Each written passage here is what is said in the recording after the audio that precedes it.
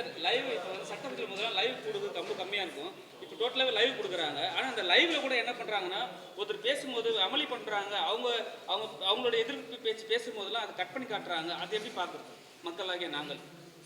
என்னை பொறுத்த வரைக்கும் இது இது எப்படி பதில் சொல்ல தெரில. சில விஷயங்கள் வந்து சட்டசபையில் இவ்வளோ அநாகரிகமாக நடப்பாங்களா? இவ்வளவுலாம் கீழ்த்தரமாலாம் குரல் கொடுப்பாங்களா? இப்படி தான் அசிங்கமாக சண்டை போட்டுக்குவாங்களா? அப்படின்னு மக்கள் பார்த்தா வேதனைப்படுவாங்க. என்னை பொறுத்த வரைக்கும் எல்லாத்தையுமே காட்டுறதும் தப்பு தான். ஏன்னா மக்களுக்கு உங்கள் மேலே நம்பிக்கை போயிடும்.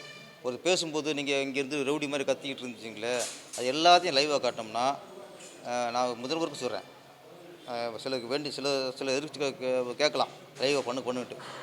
லைவாக பண்ணும்போது நல்லதான், என்ன நடக்கும் மக்களுக்கு தெரியணும். அதே நேரத்தில் ஒரு நம்பிக்கை போயிடும். அதை கொஞ்சம் எடிட் பண்ணி பண்ணுறது நல்லது. எடிட் பண்ணியே பண்ணலாம். பண்ணலாம். ஏன்னா சட்டசபையில் ஒரு புனிதமான இடம் இது, மக்கள் நம்புகிற இடம். அதில் சில கூத்துலாம் பார்க்கும்போது நம்பிக்கை போயிடும்.